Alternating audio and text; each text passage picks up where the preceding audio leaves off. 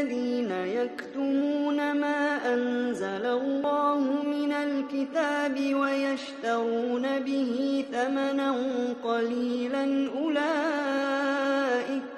أولئك ما يأكلون في بطونهم إلا النار ولا يكلمهم الله يوم القيامة ولا يزكيهم